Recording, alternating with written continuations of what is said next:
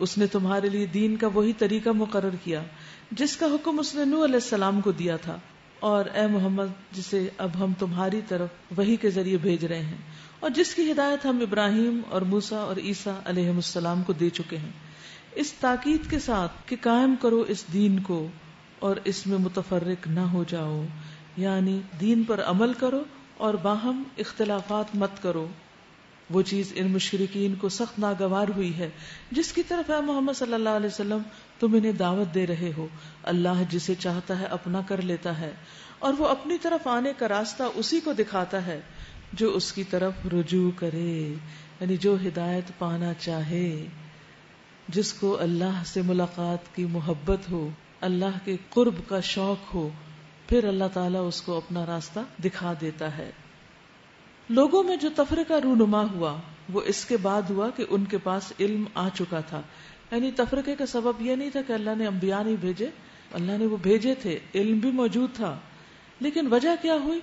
من بعد ما جاءہم العلم بغیا بینہم، آپس کی سرکشی کی وجہ سے کہ میں تم سے بڑا ہوں، میں تم سے زیادہ اہم پوزیشن پر ہوں، اور میری بات اور میری رائے زیادہ سچی ہے، زیادہ اہم ہے، میری انٹرپریٹیشن زیادہ بہتر ہے، اور اس میں ایک دوسرے کو لیٹ ڈاؤن کرنا، لیگ پولنگ کرنا، دوسرے کو ذلیل کرنا، یہ ساری چیزیں آ جاتی ہیں، اور یہ عام لوگوں میں بھی بری ہوتی، لیکن یہ چیزیں جب دینی طبقے میں آتی ہیں تو پھر تو اللہ ہی حافظ ہے، کیونکہ وہ آپس میں لڑنا شروع کر دیتے، اور دیندار لوگوں کا آپس میں لڑنا ورسٹ تھنگ ہے، بدترین چیز، کیونکہ اس سے دین بدنام ہوتا ہے۔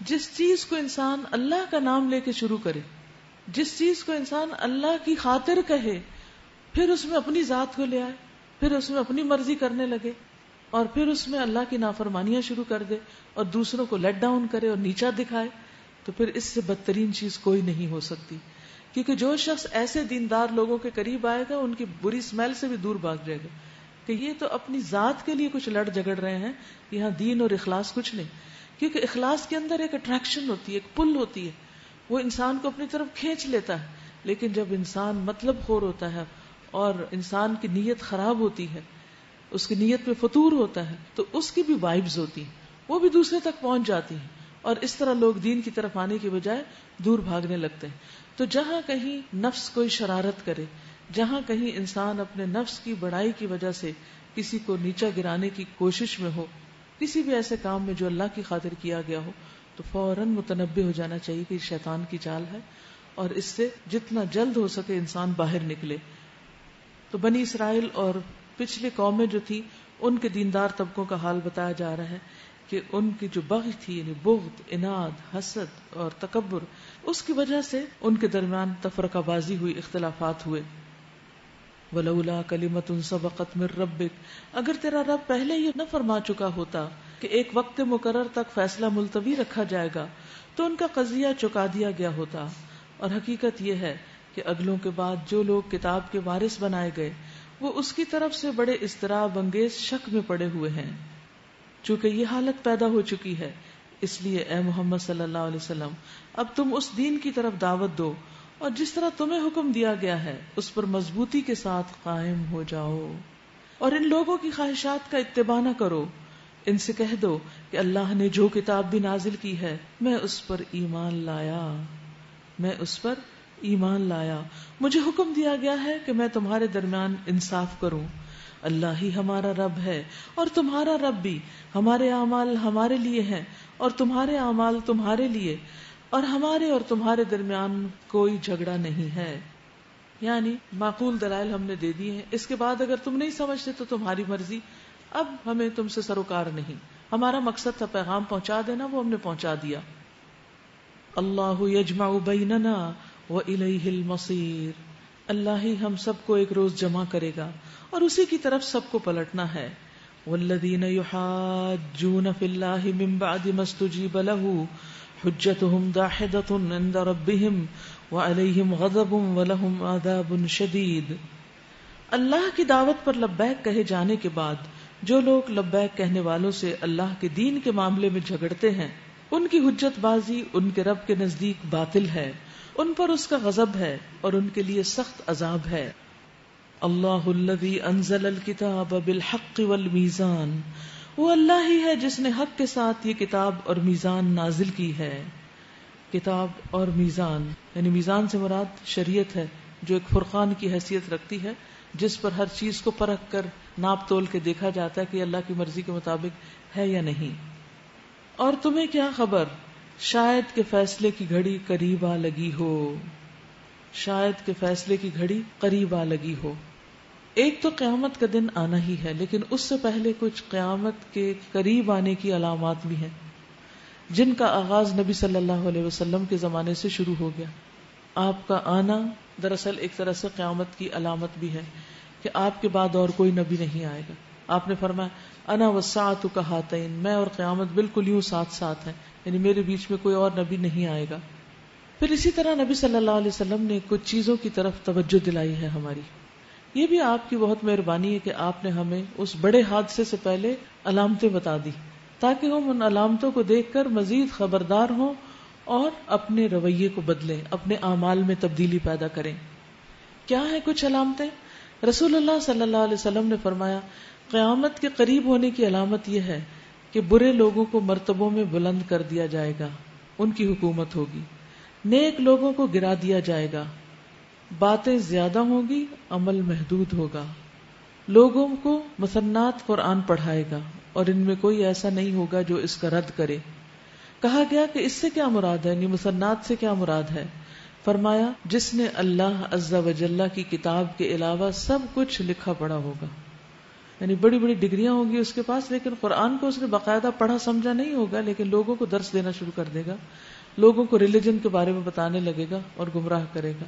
اور چونکہ اس کا بیک گراؤنڈ اسٹرانگ ہوگا تو کوئی اس کی مخالفت بھی نہیں کرے گا کہ یہ غلط کہہ رہا ہے. کتنی ڈرنے کی بات ہے.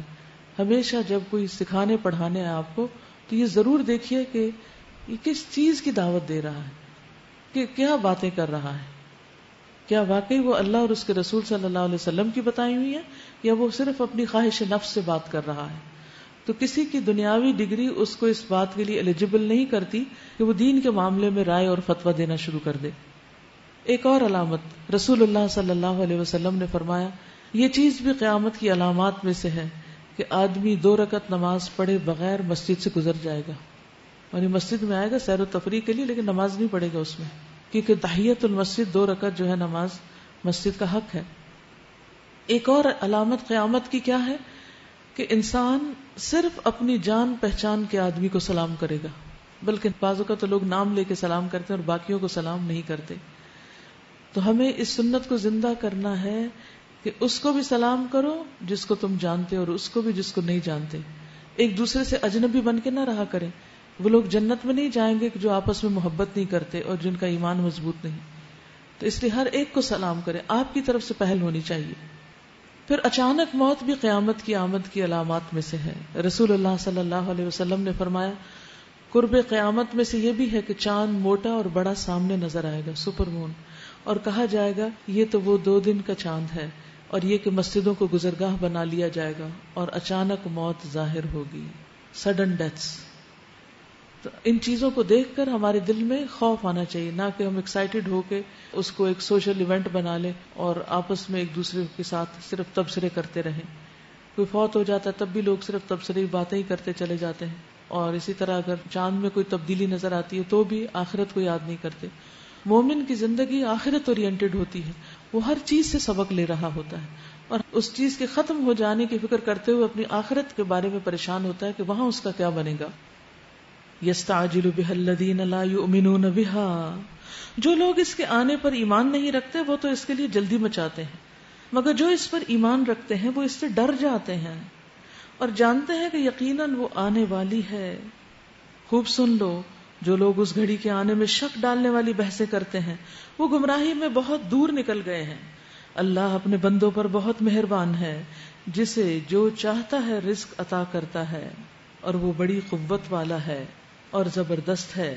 من کان یرید حرث الآخرۃ نزد له فی حرثه ومن کان یرید حرث الدنیا نؤتہ منہا وما له فی الآخرۃ من نصیب. جو کوئی آخرت کی کھیتی چاہتا ہے اس کی کھیتی کو ہم بڑھا دیتے ہیں، اور جو دنیا کی کھیتی چاہتا ہے اسے دنیا ہی میں سے دیتے ہیں، مگر آخرت میں اس کا کوئی حصہ نہیں ہے.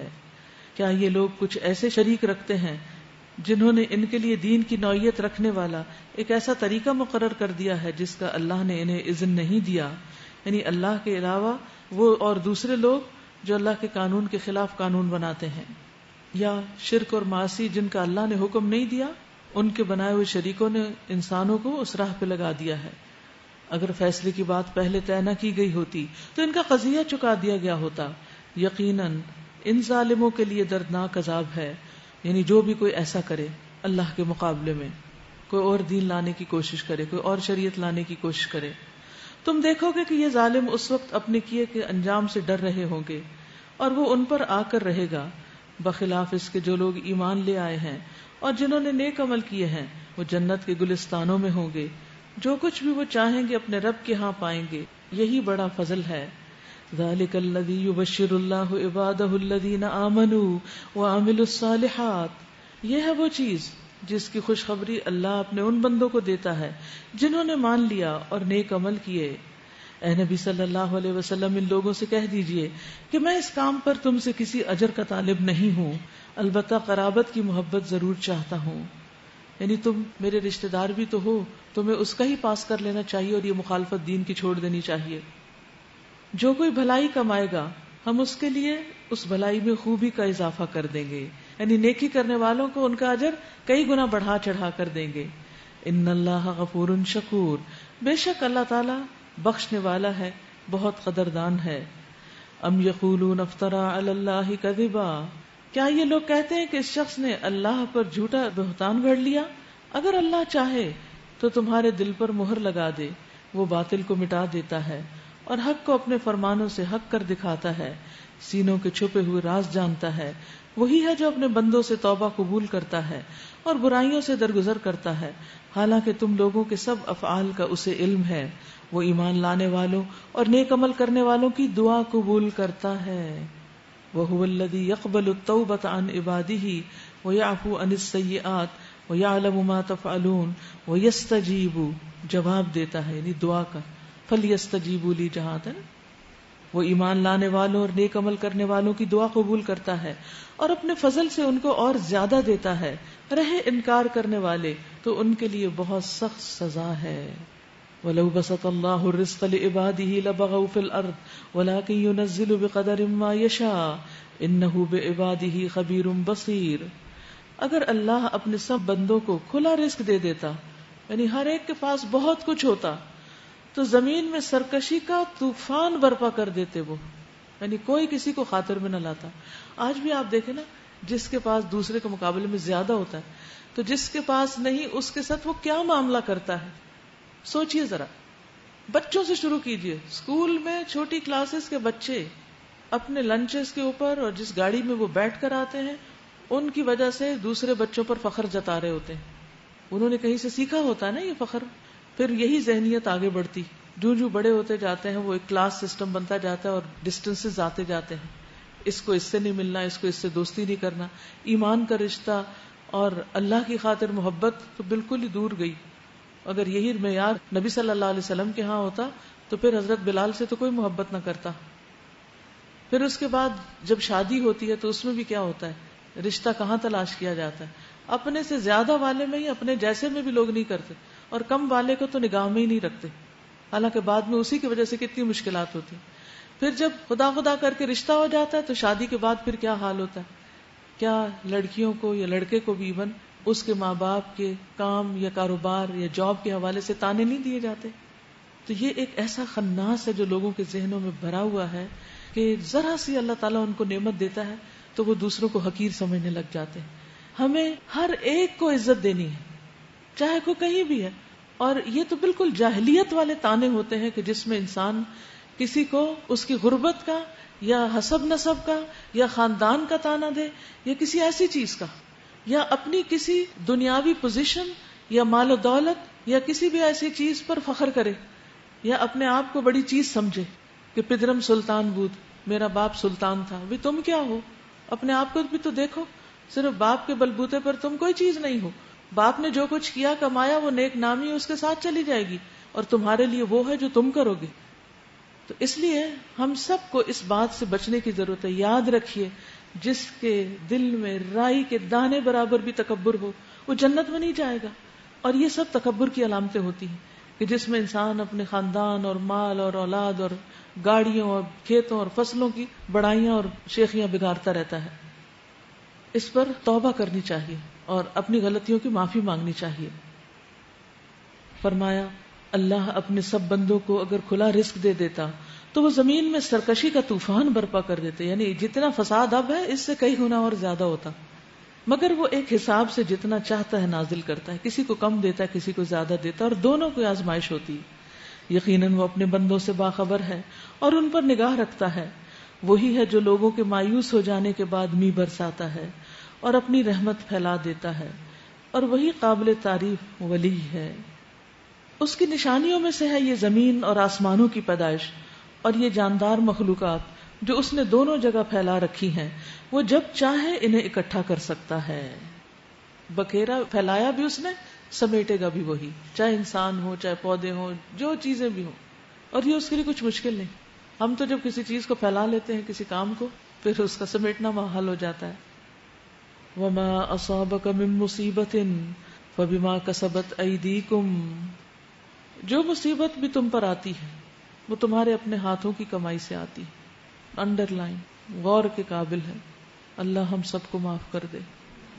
وما اصابکم من مصیبت فبما کسبت ایدیکم ویعفو عن کثیر، تم پر جو مصیبت بھی آئی ہے تمہارے اپنے ہاتھوں کی کمائی سے آئی ہے، اور بہت سے قصوروں سے تو وہ ویسے ہی درگزر کر جاتا ہے. اللہ ہم سے درگزر کر جاتا. تم زمین پر اللہ کو عاجز کر دینے والے نہیں ہو، اور اللہ کے مقابلے میں تم کوئی حامی و ناصر نہیں رکھتے. یعنی اگر وہ تم سے ناراض ہو گیا تو دنیا کے کوئی بھی بڑے بڑے لوگ تمہیں اللہ کے عذاب سے بچا نہ سکیں گے. اس کی نشانیوں میں سے ہیں یہ جہاز جو سمندر میں پہاڑوں کی طرح نظر آتے ہیں. اللہ جب چاہے ہوا ساکن کر دے. آپ نے کئی دفعہ دیکھا ہوتا چلتی ہوا یا کہیں رک جاتی، کس نے روکا؟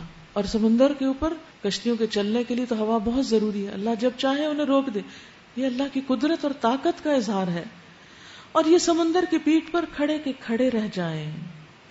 اس میں بڑی نشانیاں ہیں ہر اس شخص کے لیے جو کمال درجہ صبر اور شکر کرنے والا ہو. صبار شکور. او یوبقہن بما کسبوا، یا ان پر سوار ہونے والوں کے بہت سے گناہوں سے درگزر کرتے ہوئے ان کے چند ہی کرتوتوں کی پاداش میں انہیں ڈبو دے تو کوئی کشتی پار نہ لگے. یعنی سارے گناہوں کو نہیں، صرف چند غلطی، کسی ایک ہی غلطی پر. جیسے یونس علیہ السلام نے اپنی قوم کو چھوڑا تھا، انتہائی پایس اللہ کے چنے ہوئے بندے تھے، انتہائی خدا ترس، اور کتنے عرصے سے اپنی قوم کو سمجھا رہے، لیکن ایک بات پر کیا ہوا، کشتی پہ آ کے بیٹھے اور نیچے گرا دیے گئے. اللہ چاہے تو کسی کے ساتھ بھی ایسا کر سکتا ہے. اور اس وقت ہماری آیات میں جھگڑے کرنے والوں کو پتا چل جائے کہ ان کے لیے کوئی جائے پناہ نہیں. یہ آیات میں جھگڑے دو طرح کے لوگ کرتے ہیں. ایک وہ جو ان پڑھ ہوتے ہیں، کچھ پتہ نہیں آیات کا، اور ایک وہ بدقسمت جو آیات پڑھ لیتے ہیں، تھوڑا سا دین جان لیتے ہیں اور پھر اس کو مینیپولیٹ کرتے ہیں اور اس کو موقع بے موقع استعمال کرتے ہیں، صرف اپنے حقوق کے لیے، اپنے فائدوں کے لیے، اپنے مطلبوں کے لیے، اپنے من مانے مفہوم نکالنے کے لیے. تو اس سے بھی ڈرنا چاہیے. یعنی ہم سب کو بھی ڈرنا چاہیے کہ کہیں ان آیات کو جو ہم پڑھ رہے ہیں یہ نہیں کہ صرف دوسرے سے اپنا حق مانگنے چھیننے کے لیے ہم استعمال کریں، بلکہ ان کو سب سے پہلے اپنے اوپر لینا چاہیے کہ ہم پر کیا ثابت آتا ہے اور ہمارے اندر کیا کمی ہے اور ہماری اصلاح کہاں سے ہونی چاہیے. جو کچھ بھی تم لوگوں کو دیا گیا ہے، جو کچھ بھی، سوچئے کیا کچھ ہے. کوئی مال و زر ہے، کوئی جیولری ہے، کوئی پلاٹس ہیں، کوئی بینک بیلنس ہے، کوئی عہدہ ہے، کوئی رتبہ ہے، کوئی جاب ہے شان و شوکت والی. یہ سب کچھ کیا ہے جس کی بنا پہ اکڑ رہے ہو؟ یہ محض دنیا کی چند روزہ زندگی کا سر و سامان ہے. تھوڑے دن کے لیے، گنے ہوئے دن ہیں، ایک کے بعد ایک کانٹریکٹ ختم ہوتا چلا جاتا ہے اور ساتھ ہی اکڑ بھی ختم ہو جاتی ہے، سب کچھ چلا جاتا ہے. اور جو کچھ اللہ کے ہاں ہے وہ بہتر ہے اور پائیدار بھی ہے. یعنی وہاں ہمیشہ کے لیے انسان کو یہ سب کچھ ملے گا. اس کو بھی انڈر لائن کیجئے. فما اوتیتم من شیء فمتاع الحیات الدنیا وما عند اللہ خیر وابقى للذین آمنوا. کس کے لیے ہے وہ؟ جو ایمان لائے، ان کے لیے. وعلی ربہم یتوکلون، اور وہ اپنے رب پر توکل کرتے ہیں، اپنے رب پر پورا اعتماد اور بھروسہ کرتے ہیں. اپنی طاقت اور اپنی قابلیت اور اپنے وسائل اور اپنے مال و دولت پر بھروسہ نہیں کرتے، اللہ پر کرتے ہیں. اور کیا خوبیاں ہیں ان کی جن کے لیے آخرت کا گھر ہے. والذین یجتنبون کبائر الاثم والفواحش واذا ما غضبوا هم یغفرون، جو بڑے بڑے گناہوں اور بے حیائی کے کاموں سے پرہیز کرتے ہیں. اللہ اکبر. یعنی جنت میں جانے کے لیے ضروری ہے کہ کبیرہ گناہ بھی چھوڑ دیا جائے، جیسے جھوٹ، غیبت، چغلی، الزام تراشی، دوسروں کو اذیتیں دینا، اور فواحش بے حیائی کے کام جس میں زبان کی، قول کی، ایکشنز کی، لباس کی، ساری چیزیں شامل ہیں. اور کیا ہے ان کے اندر خوبی؟ وَإِذَا مَا غَضِبُوا هُمْ يَغْفِرُونَ، اور جب ان کو غصہ آتا ہے تو معاف کر دیتے ہیں. یہ نہیں کہا کہ ان کو غصہ آتا ہی نہیں ہے، یہ نہیں کہا. اور کوئی یہ دعویٰ نہیں کر سکتا کہ مجھے تو غصہ ہی نہیں آتا. یہ بھی جھوٹ ہے بہت بڑا. غصہ ہر ایک کو آتا ہے، تھوڑا آتا ہے یا زیادہ آتا ہے، سب کو آتا ہے. لیکن غصے کے بعد معاف کرنا سب کو نہیں آتا. کچھ لوگ ہوتے ہیں جو غصے کے بعد، یعنی کسی پہ غصہ کیا یا غصہ کسی کا اپنے اوپر برداشت کیا اور پھر اس کو معاف کر دیا. کیونکہ اس میں آپ نے غصہ کیا اور ایک معاف آپ کریں گے، دوسرا کرے گا، دوسرا ہی کرے گا. جب آپ کسی پہ غصہ ڈھا رہے ہوتے ہیں تو اس کا نتیجہ کیا ہوتا ہے کہ دوسرا سہ رہا ہوتا ہے. تو اب آپ کا فرض ہے اس سے سوری کرنا، اور دوسرے جس کے دل کو چوٹ لگی اس کا کیا فرض ہے کہ وہ معاف کر دے کہ کوئی بات نہیں، انسان ہے، کمزور ہے، جانے دے اس کو.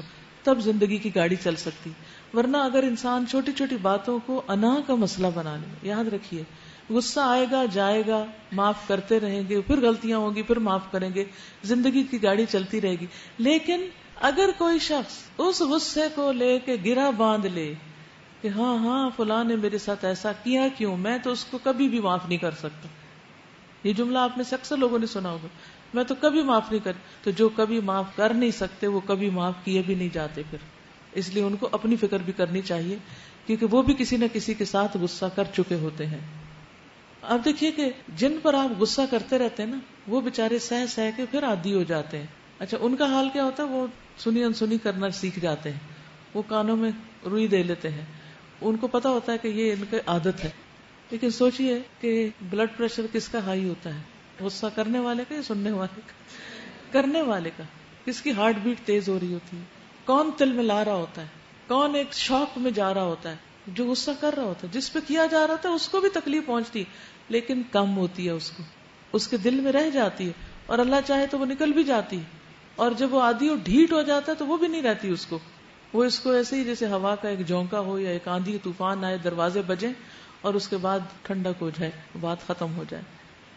تو یاد رکھیے کہ غصہ تو آئے گا، لیکن غصے کے بعد کرنے والا اور سہنے والا دونوں ایک دوسرے کو معاف کر دیں، تب جنت میں جائیں گے. یہ غصے لے کر تو قنطرہ پہ روک دیے جائیں گے اور ایک دوسرے سے بدلے لیے جائیں گے. اور جو غصہ نہ کرے، کوشش کرے کنٹرول کر کے غصہ کرنا ہی نہیں، تو اس کا انعام کیا ہے؟ رسول اللہ صلی اللہ علیہ وسلم نے فرمایا، غصہ نہ کرو، تمہارے لیے جنت ہے. لا تغضب ولک الجنہ. عبداللہ ابن عمر سے مروی ہے کہ انہوں نے رسول اللہ صلی اللہ علیہ وسلم سے پوچھا، اللہ عز و جل کے غضب سے مجھے کون سی چیز بچا سکتی ہے کہ اللہ مجھ سے ناراض نہ ہو، مجھ پر غضبناک نہ ہو؟ آپ نے فرمایا، غصہ نہ کیا کرو. کتنی سچی بات ہے. یعنی اگر تم خلق خدا پہ غصہ نہیں کرو گے تو اللہ تعالیٰ بھی تم پر غصہ نہیں کرے گا. تم دوسروں کو معاف کر دو گے تو اللہ تعالیٰ تمہیں بھی معاف فرما دے گا. اس لیے معاف کرنا سیکھو، جوڑنا سیکھو. کاٹنا بہت آسان ہے، جوڑنا بہت مشکل ہے. جوڑنے کے لیے انا مارنی پڑتی ہے، اور اگر انا کو پالنا ہے تو شیطان کا راستہ ہے، ابلیس کا راستہ ہے. اور کیا کرتے ہیں؟ والذین استجابوا لربہم، وہ جو اپنے رب کا حکم مانتے ہیں محبت کے ساتھ کہ اللہ آپ کا حکم ہے، اب میری کوئی انا نہیں، میری کوئی مرضی نہیں، میری خوشی آپ کی خوشی میں ہے، آپ جو بھی حکم دیں میرے سر آنکھوں پر. آپ دیکھیے جس سے آپ محبت کرتے ہیں اس کے ایک ایک بات کو محبت سے سنتے ہیں اور محبت سے اس پر عمل بھی کرتے ہیں، اور اس میں انسان کو کچھ مشکل نہیں ہوتی. تو اس لیے بہت ضروری ہے کہ انسان اپنے رب کی بات سن کے دوڑے. اللہ آپ نے کیا غصہ نہیں کرنا، میں غصہ چھوڑ رہا ہوں. وَأَقَامُوا الصَّلَاةَ، اور نماز قائم کرتے ہیں. وَأَمْرُهُمْ شُورَىٰ بَيْنَهُمْ، اور ان کے آپس کے معاملات مشورے سے چلتے ہیں. چاہے گھر کی زندگی ہو، چاہے ادارے ہو، چاہے ملک ہو، قوم ہو، جہاں چار لوگ اکٹھے رہتے ہیں وہ ایک دوسرے سے کمیونیکیٹ کرتے ہیں، تب وہاں پر خوبصورتی پیدا ہوتی ہے، تب وہاں زندگی اچھی گزرتی ہے. اور اگر ہر کوئی اپنی مرضی کی گاڑی چلائے اور اپنی مرضی کی زندگی بسر کرے اور ایک دوسرے کے ساتھ ایلینز کی طرح رہے تو اس سے دنیا کی زندگی بھی جنت نہیں بنتی، اور آخرت کی جنت میں جانے کے لیے لازمی شرط بتائی گئی ہے کہ کوئی بھی اہم فیصلہ کرنے سے پہلے مشورہ کرو، اپنی مرضی سے بس حکم نہیں صادر کر دو کہ میں نے ڈیسائیڈ کر لیا ہے۔ وَمِمَّا رَزَقْنَاهُمْ يُنْفِقُونَ، اور ہم نے جو کچھ بھی رزق انہیں دیا ہے اس میں سے وہ خرچ کرتے ہیں۔ پھر رزق خرچ کرنا، صدقہ و خیرات کرنا۔ وَالَّذِينَ إِذَا أَصَابَهُمُ الْبَغْيُ هُمْ يَنْتَصِرُونَ، اور جب ان پر زیادتی کی جاتی ہے تو اس کا مقابلہ کرتے ہیں، یعنی صرف اتنا جتنی ان پر زیادتی کی گئی، یعنی یہ نہیں کہ جب کو مارنے لگے تو سر نیچے کر دیتے ہیں کہ اچھا 4 اور مار لو، ایسا نہیں کرتے، یعنی اپنے آپ کو بچاتے بھی ہیں دوسرے کے ظلم سے، اور ظلم سے بچتے ہوئے کسی پہ ظلم ڈھانا یہاں مراد نہیں ہے کہ انسان کہ اچھا مجھے اجازت مل گئی ہے اور اب میں جیسا چاہوں دوسرے کے ساتھ مقابلہ کروں اور میری پوزیشن بھاری ہے تو میں یہی دنیا میں جیت کے دکھاؤں ذرا اس کو۔ وَجَزَاءُ سَيِّئَةٍ سَيِّئَةٌ مِثْلُهَا، برائی کا بدلہ ویسی ہی برائی ہے، پھر جو کوئی معاف کر دے، اللہ اکبر، جو کوئی معاف کر دے، یعنی کسی نے کسی کو تنگ کیا ہو تو اتنا بدلہ لے سکتے ہیں، اجازت ہے، فیر دین ہے ہمارا، لیکن جو کوئی معاف کر دے اور اصلاح کر لے اس کا اجر اللہ کے ذمہ ہے۔ اللہ ظالموں کو پسند نہیں کرتا، اللہ ظالموں کو پسند نہیں کرتا۔ نبی صلی اللہ علیہ وسلم سے روایت ہے، اللہ تبارک و تعالی نے فرمایا، اے میرے بندو، میں نے اپنے اوپر ظلم کو حرام قرار دیا ہے اور میں نے تمہارے درمیان بھی ظلم کو حرام قرار دیا ہے، تم ایک دوسرے پر ظلم نہ کرو۔ نبی صلی اللہ علیہ وسلم نے فرمایا، ظلم قیامت کے دن اندھیروں کی شکل میں ہوگا، انسان کو کچھ سجھائی نہ دے گا۔ کتنا دل گھبراتا ہے نا جب مسلسل اندھیرا ہو، لائٹ چلی جائے تو 1 گھنٹے کے لیے نہ ہو اور آپ کے پاس کوئی دیا سلائی وغیرہ، کوئی ماچس، کوئی کینڈل، موم بتی کچھ نہ ہو تو کیسے دل گھبرانے لگتا ہے، لگتا ہے کہ ہر چیز ہی ختم ہو گئی۔ پھر اسی طرح جو لوگ ظلم کرتے ہیں وہ شفاعت سے محروم ہو جائیں گے، یعنی نبی صلی اللہ علیہ وسلم ان کے لیے شفاعت نہیں کریں گے۔ آپ نے فرمایا، میری امت کے 2 قسم کے افراد کو میری شفاعت نہیں ملے گی، نہیں پہنچے گی۔ نمبر 1 انتہائی ظالم حکمران، اور نمبر 2 غلوب کرتے ہوئے دائرہ اسلام سے خارج ہو جانے والا۔ وَلَمَنِ انتَصَرَ بَعْدَ ظُلْمِهِ، اور جو ظلم ہونے کے بعد بدلہ لیں ان کو ملامت نہیں کی جا سکتی۔ ملامت کے مستحق تو وہ ہیں جو دوسروں پر ظلم کرتے ہیں اور زمین میں ناحق زیادتیاں کرتے ہیں، ایسے لوگوں کے لیے دردناک عذاب ہے۔ البتہ جو شخص صبر سے کام لے اور درگزر کرے تو یہ بڑی اولو العزمی کے کاموں میں سے ہے، بڑی ہمت والے کاموں میں سے ہے۔ وَمَن يُضْلِلِ اللَّهُ فَمَا لَهُ مِن وَلِيٍّ مِّن بَعْدِهِ وَتَرَى الظَّالِمِينَ لَمَّا رَأَوُا الْعَذَابَ يَقُولُونَ هَلْ إِلَىٰ مَرَدٍّ مِّن سَبِيلٍ، جس کو اللہ ہی گمراہی میں پھینک دے اس کو سنبھالنے والا اللہ کے بعد کوئی نہیں۔ تم دیکھو گے یہ ظالم جب عذاب دیکھیں گے تو کہیں گے کہ اب پلٹنے کی بھی کوئی سبیل ہے، یعنی کیا ہم واپس جا سکتے ہیں دنیا میں کہ اپنے آپ کو ٹھیک کر لیں؟ اور تم دیکھو گے کہ یہ جہنم کے سامنے جب لائے جائیں گے تو ذلت کے مارے جھکے جا رہے ہوں گے، ان کو نظر بچا بچا کر کنکھیوں سے دیکھیں گے، یعنی جہنم کو، اور اس کو نظر بچا بچا کے ایسے یعنی ڈریں گے کہ اس کی طرف آنکھ بھر کے نہیں دیکھیں گے۔ اس وقت جو لوگ ایمان لائے تھے کہیں گے، واقعی اصل زیاں کار وہی ہے جنہوں نے آج قیامت کے دن اپنے آپ کو اور اپنے متعلقین کو خسارے میں ڈال دیا۔ خبردار رہو، ظالم لوگ مستقل عذاب میں ہوں گے اور ان کے کوئی حامی و سرپرست نہ ہوں گے جو اللہ کے مقابلے میں ان کی مدد کو آئیں۔ جسے اللہ گمراہی میں پھینک دے اس کے لیے بچاؤ کی کوئی سبیل نہیں، کوئی راستہ نہیں۔ استجیبوا لربکم من قبل ان یأتی یوم لا مرد له من اللہ ما لکم من ملجأ یومئذ وما لکم من نکیر۔ مان لو اپنے رب کی بات اس سے قبل کہ وہ دن آ جائے جس کے ٹلنے کی کوئی صورت اللہ کی طرف سے نہیں ہے، یعنی قیامت کا دن، کہ کوئی بھی اس کو دور نہیں کر سکے گا، پھیر نہیں سکے گا۔ اس دن تمہارے لیے کوئی جائے پناہ نہ ہوگی اور نہ کوئی تمہارے حال کو بدلنے کی کوشش کرنے والا ہوگا۔ No one will help you۔ اب اگر یہ لوگ منہ موڑتے ہیں تو اے نبی صلی اللہ علیہ وسلم، ہم نے تم کو ان پر نگہبان بنا کر تو نہیں بھیجا ہے، تم پر تو صرف بات پہنچا دینے کی ذمہ داری ہے۔ انسان کا حال یہ ہے کہ جب ہم اسے اپنی رحمت کا مزہ چکھاتے ہیں تو اس پر پھول جاتا ہے، اکڑنے لگتا ہے، اور اگر اس کے اپنے ہاتھوں کا کیا دھرا یعنی اپنے گناہوں کی وجہ سے کسی مصیبت کی شکل میں اس پر الٹ پڑتا ہے تو سخت ناشکرا بن جاتا ہے، یہ انسان کی عمومی حالت بتائی گئی ہے. یعنی یہاں ایسے لوگ ہیں جو چھچورے قسم کے ہیں، جو نہ صبر کرتے ہیں اور نہ شکر کرتے ہیں، اور اللہ سے بھی ناراض رہتے ہیں اور بندوں سے بھی ناراض رہتے ہیں. للہ ملک السماوات والارض، اللہ زمین اور آسمانوں کی بادشاہی کا مالک ہے. جو کچھ چاہتا ہے پیدا کرتا ہے، جسے چاہتا ہے لڑکیاں دیتا ہے، جسے چاہتا ہے لڑکے دیتا ہے، جسے چاہتا ہے لڑکے اور لڑکیاں ملا جلا کر دیتا ہے، اور جسے چاہتا ہے بانجھ کر دیتا ہے. وہ سب کچھ جانتا اور ہر چیز پر قادر ہے، یعنی ایبسولوٹ بادشاہ ہے. وما كان لبشر ان يكلمه الله الا وحيا او من وراء حجاب او يرسل رسولا فيوحي باذنه ما يشاء انه علي حكيم. کسی بشر کا یہ مقام نہیں کہ اللہ اس سے روبرو بات کرے. اس کی بات یا تو وہی اشارے کے طور پر ہوتی ہے یا پردے کے پیچھے سے، یا پھر وہ کوئی پیغامبر فرشتہ بھیجتا ہے اور وہ اس کے حکم سے جو کچھ وہ چاہتا ہے وہی کرتا ہے. وہ برتر اور حکیم ہے. اور اسی طرح اے محمد صلی اللہ علیہ وسلم، ہم نے اپنے حکم سے ایک روح تمہاری طرف وحی کی ہے. تمہیں کچھ پتا نہ تھا کہ کتاب کیا ہوتی ہے اور ایمان کیا ہوتا ہے، مگر اس روح کو ہم نے ایک روشنی بنا دیا جس سے ہم راہ دکھاتے ہیں اپنے بندوں میں سے جسے چاہتے ہیں. یقیناً تم سیدھے راستے کی طرف رہنمائی کر رہے ہو، اس اللہ کے راستے کی طرف جو آسمان و زمین کی ہر چیز کا مالک ہے. الا الی اللہ تصیر الامور، خبردار رہو سارے معاملات اللہ کی طرف رجوع کرتے ہیں. یہاں پر یہ بتایا جا رہا ہے کہ دنیا میں اللہ سبحانہ وتعالیٰ کسی سے براہ راست کلام نہیں کرتے، لیکن قیامت کے دن اللہ اور انسان کے درمیان کوئی پردہ نہ ہوگا، ڈائریکٹ بات چیت ہوگی. نبی صلی اللہ علیہ وسلم نے فرمایا، تم میں سے کوئی ایسا نہیں ہوگا کہ جس سے اس کا رب کلام نہ کرے، اور اس کے اور بندے کے درمیان کوئی ترجمان نہیں ہوگا اور کوئی حجاب نہ ہوگا جو اسے چھپا کے رکھے. تو اس وقت پھر انسان کو اس کا حساب دیا جائے گا. تو ڈرنے کا وہ مقام ہے.